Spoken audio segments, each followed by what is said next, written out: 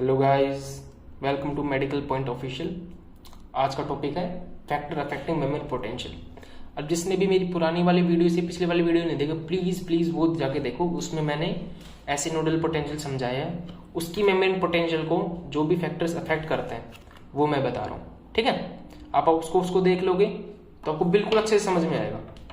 और जो पहले ही ऐसे नोट पढ़ रखे हैं और सिर्फ फैक्टर्स अफेक्टिंग देखना चाहते हो वो यहीं से स्टार्ट कर दो। ठीक है, अब देखो यार, कुछ फैक्टर्स हैं जो मेमोरी पोटेंशियल को इफेक्ट करते हैं, जैसे कि वैगल स्टिमुलेशन, पैरासिम्पैथेटिक का। देखो कैसे इफेक्ट कर रहा है। पहली बात, इसमें जो मेन न्यूरोट्रांसमीटर वो होता है एसिटाइलकोलिन। ठीक है, अब देखो क्या करेगा भाई, वैगल स्टिमुलेशन से अपनी हार्ट रेट हो जाएगी डिक्रीज, अपना फोर्स ऑफ मायोकार्डियल जो कॉन्ट्रैक्शन है फोर्स वो भी डिक्रीज हो। कैसे डिक्रीज हो रहा है वो देखते हैं। देखिए यार, ACH रिलीज हुआ।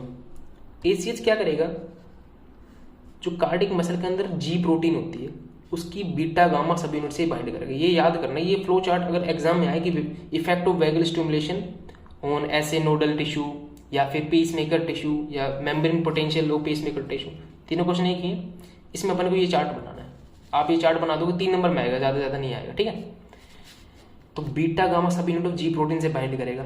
इसकी बाइंड करने की वजह से क्या होगा, पोटेशियम चैनल ओपन होगी। अच्छा, पोटेशियम चैनल ओपन होगी यानी पोटेशियम अंदर से बाहर की तरफ जाएगा, अंदर से बाहर की तरफ जाएगा। जब बाहर पोटेशियम चला गया तो अंदर का नेगेटिव और बढ़ गया भाई, क्योंकि पॉजिटिव बाहर चला गया और बढ़ गया, यानी इफ्लक्स किसे हो जाएगा, पोटेशियम चैनल नहीं आयन का। पोटेशियम आयन का क्या हो जाएगा, इफ्लक्स। इसकी वजह से क्या होगा, हाइपर पोलराइजेशन। यार देखो ना, ये समझ में आया होगा। देखिए एक सेकंड मैं वो दिखाता हूँ आपको। ये देखो ये रहा ये मैंने पिछले लेक्चर में दिखाया, प्लीज वो देखना। वो देखो, इसमें देखो, इसमें क्या था, ये पोटेशियम अंदर क्या था, नेगेटिव। अब यार नेगेटिव एज कंपेयर टू बाहर से ही अंदर का नेगेटिव। अब मैं बाहर पोटेशियम ई फ्लक्स करवा रहा हूं, बाहर पोटेशियम भेजे तो ये नेगेटिव और नेगेटिव हो गया भाई। ये पहले ही नेगेटिव था, ये और नेगेटिव हो जाएगा क्योंकि बाहर पोटेशियम चला गया, यानी नेगेटिव और नेगेटिव, यानी ये क्या हो रहा है, हाइपर पोलराइजेशन। हाइपर पोलराइजेशन, ठीक है, समझ रहे हो ना, बस ऐसे ही है। अब देखो, बाहर पोटेशियम चला गया, opening of calcium channel, potassium channel हो गई, तो ई फ्लक्स किसे हो गया, कैल्शियम आयन का। इसकी वजह से क्या हो गया, हाइपर पोलराइजेशन हो गया। हुआ कि नहीं हुआ, हाइपर पोलराइजेशन क्या फर्क पड़ा, देखो वो रहा, हाइपर पोलराइजेशन हुआ तो ये जो स्लोप है नॉर्मल से, ये स्लोप डिक्रीज हो जाएगी। अच्छा, ये स्लोप डिक्रीज हो जाएगी, ये स्लोप डिक्रीज हो जाएगी तो ये टाइम पीरियड बढ़ जाएगा दूसरी रिदम आने के लिए। समझो, ये स्लोप अगर डिक्रीज हो जाएगी तो टाइम ज्यादा लगेगा नई वाले रिदम को जनरेट होने के लिए। तो उसकी वजह से हाइपर पोलराइजेशन की वजह से क्या होगा, देखो हाइपर पोलराइजेशन का मतलब समझना एक बार, यहाँ फील लेना एक बार। हाइपर पोलराइजेशन के जो नेगेटिव अंदर था, ये सेल थी अंदर जो नेगेटिव था, इसको अपन ने और नेगेटिव कर दिया। -60 था रेस्टिंग मेमोरी पोटेंशियल, इसको अपन ने और नेगेटिव कर दिया, यानी ये करीब हो गई होगी यहाँ पे आके -100। अब इस 100 को 40 तक जाने के लिए, यहाँ पे तो 40 था, 40 मिली वोल्ट, ये तो इसका फायरिंग लेवल था। पिछले लेक्चर देखो, जिसने नहीं देखा ना प्लीज, अच्छे से समझ में आएगा आपको ये भाई। ये और हाइपर पोलराइजेशन और नेगेटिव चला गया हुआ। अब इस और नेगेटिव को फायर करने के लिए, और नेगेटिव को फायर करने के लिए -40 तक आने के लिए टाइम ज्यादा लगेगा। पहले ये 60 तक आएगा, फिर 40 तक जाएगा, यानी टाइम ज्यादा लगेगा, यानी न्यू रिदम आने के लिए टाइम कम लगेगा, सॉरी ज्यादा लगेगा, टाइम ज्यादा लगेगा। ठीक है, तो टाइम ज्यादा लगेगा तो रिदम धीरे धीरे आएगी, समझ रहे हो ना। तो और स्लोप जो था ये क्या हो जाएगा, स्लोप डिक्रीज हो जाएगा। ये स्लोप डिक्रीज हो जाएगा, तो डिक्रीज हो जाएगा स्लोप तो टाइम ज्यादा लगेगा। तो यहाँ देखो, decrease in slope of pre potential, slope decrease हो जाएगा तो decrease in rate of fire of heart beat, तो हार्ट बीट धीरे धीरे फायर होगी। समझ में आ रहा है। तो ये है अपने पास हार्ट रेट क्यों डिक्रीज हो रही है। अब देखो, फोर्स ऑफ मायोकार्डियल कॉन्ट्रैक्शन क्यों डिक्रीज हो रहा है भाई। जो एसिटाकोलिन रिलीज हुआ था यहाँ से, एसिटाकोलिन यहाँ से जो रिलीज हुआ था वो क्या करेगा, इंटरसेलुलर साइक्लिक ईएमपी इसको बढ़ाएगा। ठीक है, जो एसिटाकोलिन रिलीज हुआ था वो डिक्रीज करेगा इंट्रा सेलुलर साइक्लिक ईएमपी, जब इंट्रासेलुलर साइक्लिक एएमपी डिक्रीज हो जाएगी, समझ रहे हो, तो उससे क्या होगा, slow down opening of calcium channels. अब कैल्शियम चैनल धीरे धीरे ओपन होंगे, कैल्शियम चैनल धीरे धीरे ओपन होंगे। अगर कैल्शियम चैनल धीरे धीरे ओपन होंगे, यानी कैल्शियम तो बाहर ज्यादा होता है, उसके चैनल ओपन होंगे, वो धीरे धीरे ओपन होंगे, यानी कैल्शियम का इनफ्लक्स भी धीरे हो जाएगा, वो भी रिड्यूस हो जाएगा। अच्छा, कैल्शियम का इनफ्लक्स रिड्यूस हो गया तो यानी कॉन्ट्रैक्शन भी रिड्यूस हो जाएगा, क्योंकि कैल्शियम कॉन्ट्रैक्शन में काम आता है, आपको पता ही होगा। जो कपलिंग रिएक्शन होता है, एक्साइटेशन कपलिंग रिएक्शन, उसमें कैल्शियम काम आता है ना, तो रिडक्शन रिड्यूस हो जाएगा कॉन्ट्रैक्शन। अगर कैल्शियम का इनफ्लक्स कम हो जाएगा तो वो भी रिड्यूस हो जाएगा। दोबारा एक बार समराइज कर लेते हैं, एक बार देखो, दोबारा देखो। बाय वैगल स्टिमुलेशन, यानी किसकी बात चल रही है, पैरा सिंपैथेटिक की, पैरासिम्पैथेटिक बात चल रही है। इसमें मेन न्यूरोट्रांसमीटर कौन है, एसिटाइलकोलिन। एसिटाइलकोलिन दो काम कर रहा है, हार्ट रेट को डिक्रीज कर रहा है और फोर्स ऑफ मायोकार्डियल कॉन्ट्रैक्शन को डिक्रीज कर रहा है। कैसे कर रहा है, एसिटाइलकोलिन रिलीज हुआ, बीटा गामा सबयूनिट और जी प्रोटीन से बाइंड हुआ, इसकी वजह से क्या हुआ, पोटेशियम चैनल ओपन हुई, पोटेशियम चैनल ओपन हुई तो ई फ्लक्स हुआ पोटेशियम आयन का, इसकी वजह से हाइपरपोलराइजेशन हुआ, हाइपरपोलराइजेशन क्या हुआ, स्लोप और प्री पोटेंशियल हो गया डिक्रीज, इसकी वजह से रेट ऑफ फायर टाइम ज्यादा लगा तो रेट कम हो गया। और अगर फोर्स ऑफ मायोकार्डियल कॉन्ट्रैक्शन कैसे कम कर रहा है, इंट्रासेलुलर साइक्लिक एएमपी को कम कर देगा, तो साइक्लिक एएमपी कम हो जाएगा तो स्लो डाउन हो कैल्शियम चैनल का ओपन, धीरे धीरे ओपन होंगे, धीरे धीरे ओपन होंगे तो धीरे धीरे कैल्शियम का इनफ्लक्स होगा, रिड्यूस हो जाएगा, कैल्शियम इनफ्लक्स कम हो जाएगा तो रिड्यूस कॉन्ट्रैक्शन भी कम हो जाएगा। समझ आ रहा है? अच्छा, कैल्शियम कॉन्ट्रैक्शन में कैसे हेल्प कर रहा था वो पता है, मैंने पिछले वाले लेक्चर में समझाया। देखो एक बार मैं जल्दी जल्दी से बता देता हूँ। देखो ये देखो, यही तो था कॉन्ट्रैक्शन, यानी डीपोलराइजेशन, और यही तो था। ये किसकी वजह से होता है, rapid influx of calcium ion. अब यार ये रैपिड अगर धीरे धीरे होगा, धीरे धीरे धीरे धीरे धीरे धीरे हो रहा है, तो यानी फोर्स ऑफ कॉन्ट्रैक्शन हो जाएगा कम। समझ रहे हो? ये जो सेकंड था, ये तक अपन लिखा भी था कल वाले कि सेकंड किसकी वजह से, opening of calcium channels, calcium channel की वजह से इन्फ्लक्स होगा, डीपोलराइजेशन होगा। अब यार ये कैल्शियम का चैनल का इन्फ्लक्स ही धीरे हो जाएगा तो फोर्स ऑफ कॉन्ट्रैक्शन भी कम हो जाएगा। समझ रहे हो ना? इसलिए पहले वाले लेक्चर देखो यार, उसको बहुत अच्छे समझ में आएगा। इसके बाद देखते हैं अपन सिंपैथेटिक स्टिमुलेशन। अब मान लो सिंपैथेटिक स्टिमुलेशन दिया अपन ने, सिंपैथेटिक स्टिमुलेशन दिया कार्डियक मसल को, तो उससे क्या होगा, इंक्रीज हो जाएगी हार्ट रेट और इंक्रीज हो जाएगा फोर्स ऑफ कॉन्ट्रैक्शन। मेन इसमें न्यूरोट्रांसमीटर कौन सा, एपिनेफ्रिन, ये याद रखना है, ठीक है। एपिनेफ्रिन इसमें मेन न्यूरोट्रांसमीटर। तो इसकी वजह से क्या होगा, हार्ट रेट कैसे इंक्रीज हो रही है भाई, एपिनेफ्रिन का लेवल इंक्रीज हुआ, ठीक है। इसकी वजह से क्या हुआ, calcium influx increase rate at which potassium permeability decrease. अब इसको समझना अच्छे से, एकदम अच्छे से समझना, इसको एकदम शांति से समझना। देखो एक बार ये देखो तुम, ये जो प्री पोटेंशियल बढ़ रही थी, ये किसकी वजह से बढ़ रही थी, ये किसकी वजह से बढ़ रही थी, मैंने बताया था, due to natural leaky nature to sodium and calcium.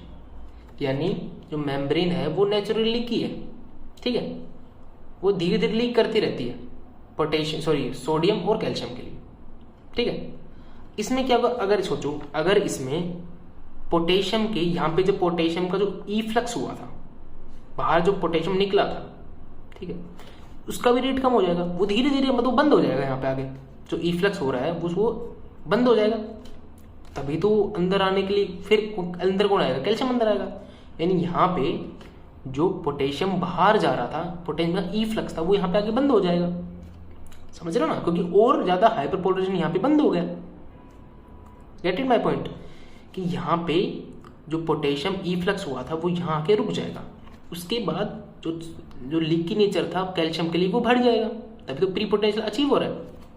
बस यही कर रहा है एपिनेफ्रिन। एपिनेफ्रिन क्या कर रहा है, कैल्शियम के इन्फ्लक्स को बढ़ा रहा है। अच्छा, कैल्शियम का इन्फ्लक्स बढ़ जाएगा तो यानी ये वाला ग्राफ बहुत स्पीड अप आएगा, यानी कुछ ऐसा आएगा, फिर ये ऐसा, यानी कैल्शियम का क्या बढ़ाएगा, इन्फ्लक्स बढ़ाएगा।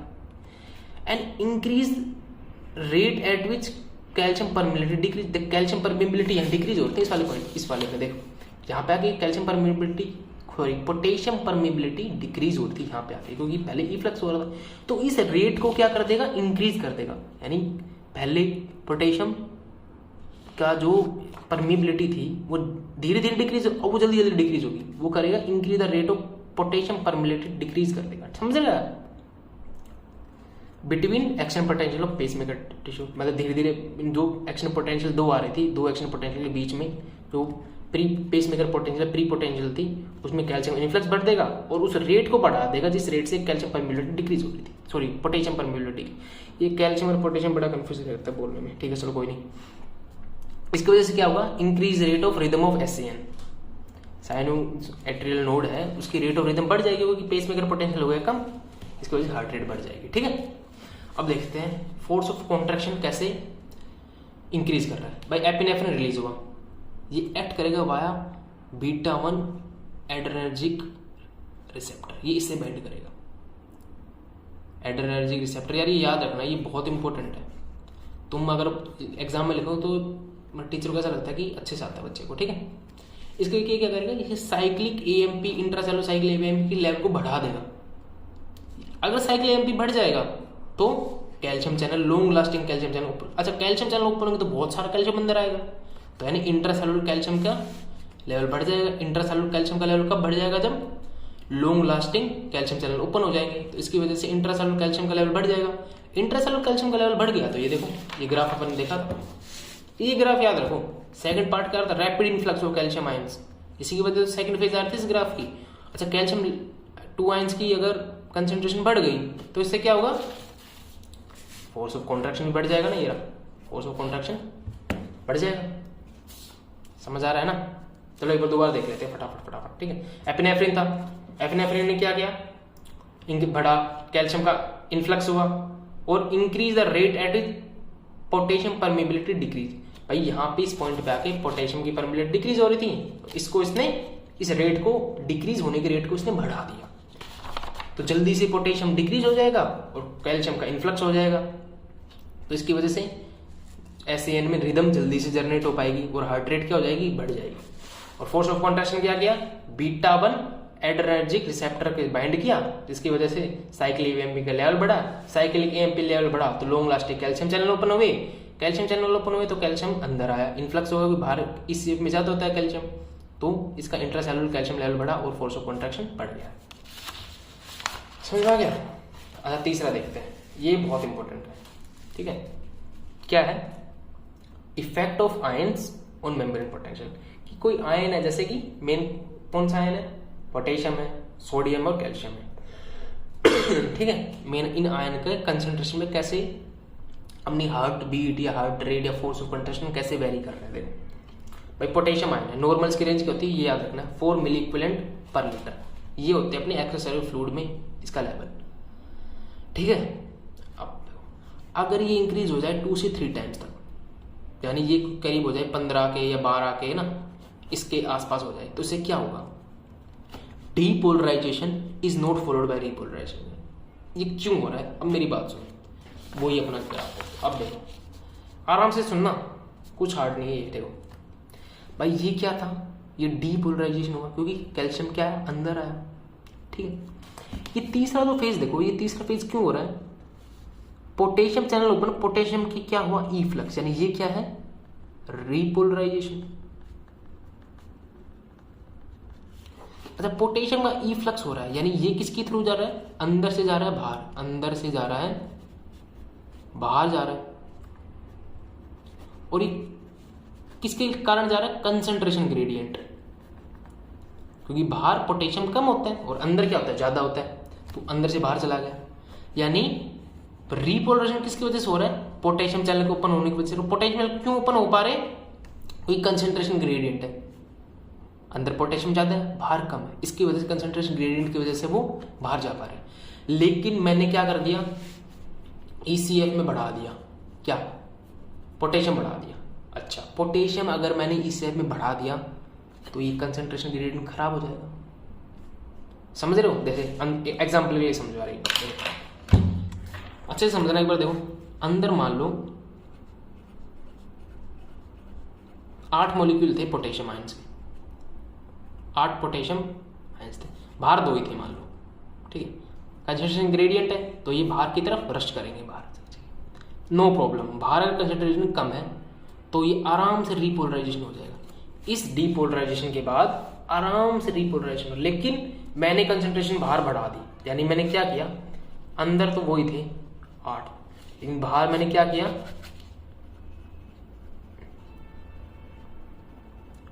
इस 8 से भी ज्यादा कर दिया मैंने। अब देखो क्या अब इफ्लक्स हो पाएगा, नहीं हो पाएगा, क्योंकि कंसंट्रेशन ग्रेडियंट नहीं, बल्कि अंदर आने की कोशिश करेंगे। समझ रहे हो, रीपोलराइजेशन हो ही नहीं पाएगा क्योंकि कंसंट्रेशन ग्रेडियंट ही नहीं है। ECF में अपन ने पोटेशियम का लेवल बढ़ा दिया तो कंसंट्रेशन ग्रेडियंट है ही नहीं कि बाहर जाए कैसे, यानी रीपोलराइजेशन नहीं होगा। इस डीपोलराइजेशन के बाद रीपोलराइजेशन नहीं होगा, यानी कॉन्ट्रैक्शन के बाद रिलैक्सेशन हो ही नहीं पाएगा। मेरी बात समझ रहे हो, बस यही है। Depolarisation not followed by repolarisation. क्यों नहीं हो पा रहा, कोई कंसंट्रेशन ग्रेडियंट नहीं है। इसकी वजह से क्या होगी, डिफेक्टिव कंडक्टिविटी होगी, gradual loss of excitability of tissue का ग्रेजुअल एक्साइटेबिलिटी हो जाएगी लॉस, और हार्ट रेट डिक्रीज हो जाएगी, और हार्ट डेवलप हो जाएगा, हार्ट एकदम से कॉन्ट्रैक्टेड स्टेट में हो जाएगा, यानी इसका कॉन्ट्रैक्शन पीरियड तो हो जाएगा खत्म। यहाँ पे देखो, ये देखो यहाँ पे कॉन्ट्रैक्शन पीरियड हो जाता है खत्म।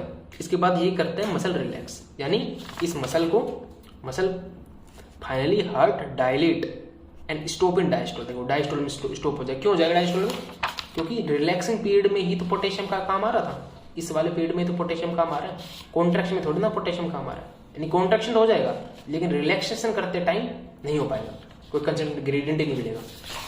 समझ लो, तो यानी डायस्टोल के टाइम पे हार्ट रुक जाएगा, stoppage of heart in diastole. अब देखो रीनल फेलियर केस में क्या होगा, रीनल फेलियर केस में क्या होगा समझ रहा एक बार। रीनल किडनी क्या काम करती है, किडनी क्या करती है, पोटेशियम का क्या करती है, सिक्रेशन करती है डीसीटी में। अब अगर पढ़ रखा हो रीनल, उसमें क्या करती है, K+ का होता है सिक्रेशन डीसीटी में। रीनल हो गया फेलियर, रीनल फेल, अब ये नहीं कर पा रही सिक्रेशन, यानी ECF में अब इसका वॉल्यूम बढ़ेगा, इसका पोटेशियम का।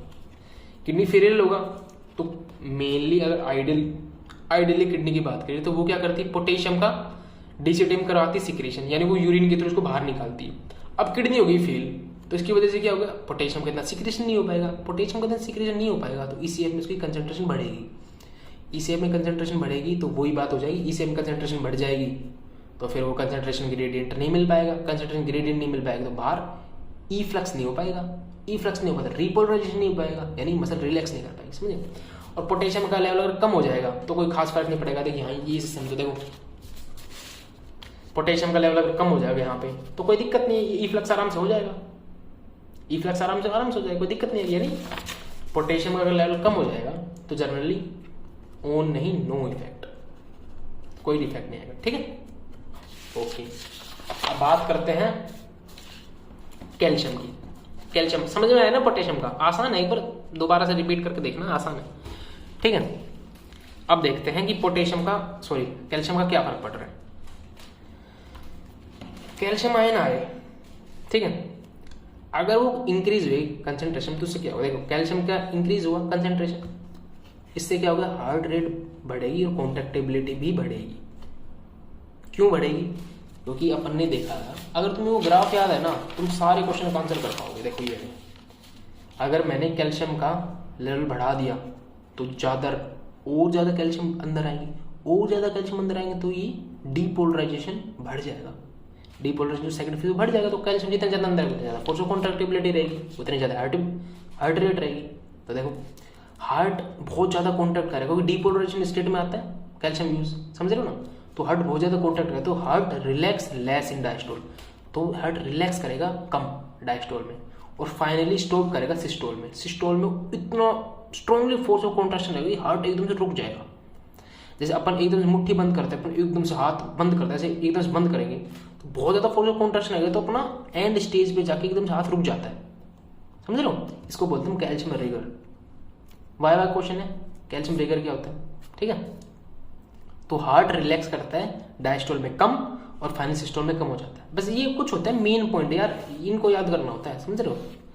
और अगर कंसंट्रेशन कम कर देंगे तो वही है, कैल्शियम कम अंदर आएगा, कम अंदर आएगा तो डीपोलराइजेशन कम होगा, कम डीपोलराइजेशन होगा तो हार्ट रेट क्या हो जाएगी, कम, और इसकी वजह से कॉन्ट्रैक्टिबिलिटी भी क्या हो जाएगी, कम। अब देखते हैं सोडियम आयंस का क्या फर्क पड़ता है। देखो कम हो जाएंगे ना सोडियम तो कुछ ज़्यादा कोई खास फर्क पड़ता नहीं है, और अगर सोडियम आयन ज़्यादा हो जाएंगे तो देखो मायोकार्डल कॉन्ट्रैक्टिबिलिटी हो जाएगी कम। कम क्यों हो रही है, क्योंकि अपन ने देखा था कि यहाँ पे सेकंड फेज में जो मेन डीपोलराइजेशन हो रहा है वो किसकी वजह से हो रहा है, कैल्शियम आयन की वजह से। कैल्शियम आयन की वजह डीपोलराइजेशन, तो ये क्या करेगा, और सोडियम बढ़ जाएगा तो ये इस कैल्शियम के साथ कॉम्पीट करेगा अंदर जाने के लिए। कैल्शियम कम्पीट करेगा, कैल्शियम सोडियम कम्पीट करेगा कैल्शियम के साथ। भाई डीपोलराइजेशन तो कौन करा रहा है, कैल्शियम, लेकिन सोडियम क्या क्या बोलेगा, नहीं मैं भी जाऊँगा, कोई मैं भी पॉजिटिव हूँ, तो इसके साथ कम्पीट करेगा और दोनों की लड़ाई झगड़े में कैल्शियम अंदर जा ही नहीं पाएगा, तो इसकी वजह से मायोकार्डियल कॉन्ट्रैक्टिबिलिटी हो जाएगी कम। याद रखना है कम में कोई ज़्यादा फर्क नहीं पड़ता, और ज़्यादा हो जाती है तो मायोकार्डियल कॉन्ट्रैक्टिबिलिटी कम ही हो जाती है, क्योंकि ये कम्पीट करता है कैल्शियम के साथ। एक होता है टेम्परेचर का, फिफ्थ है टेम्परेचर। देखो पहले अपने क्या देखा था, वेगल, दूसरा अपन ने क्या देखा, सिंपैथेटिक सप्लाई की क्या स्टिमुलेशन पे क्या फर्क, तीसरा अपन ने क्या देखा, आयन का, है कि नहीं, चौथा क्या था यार, क्या था याद नहीं आ रहा क्या था, चलो कोई नहीं। टेम्परेचर पे क्या होगा, इंक्रीज, टेम्परेचर इंक्रीज करेंगे तो हार्ट की मसल की विस्कोसिटी कम हो जाएगी और परमिबिलिटी बढ़ जाएगी कैल्शियम के लिए। अच्छा परमिबिलिटी कैल्शियम के लिए बढ़ गई तो इसकी वजह से क्या हुआ, कैल्शियम जल्दी जल्दी अंदर आया, जल्दी जल्दी अंदर आया तो हार्ट रेट, ये लिख रखा sorry, increase in frequency of acid discharge बढ़ जाएगी क्योंकि कैल्शियम ज़्यादा अंदर आएगा, और अगर टेम्परेचर कम कर देंगे तो वही वाइस वर्सा कम हो जाएगी सारा। समझ आ गया ना, वेरी गुड। चलो लंबी वीडियो बन गई, अगले पे अपन देखेंगे वो action potential of cardiac muscle, ठीक है। अपन अभी तक अपन ने क्या देखा है कि पेसमेकर पोटेंशियल, वही देखा ना, अगले में देखेंगे अपन कार्डियक मसल की पोटेंशियल, यानी पेसमेकर पोटेंशियल को हटा दो तो और जो बाकी मसल है उन पे क्या इफेक्ट है, वो क्या कैसे काम कर रही है, ठीक है, वो देखेंगे। तो तब तक के लिए बाय गाइस।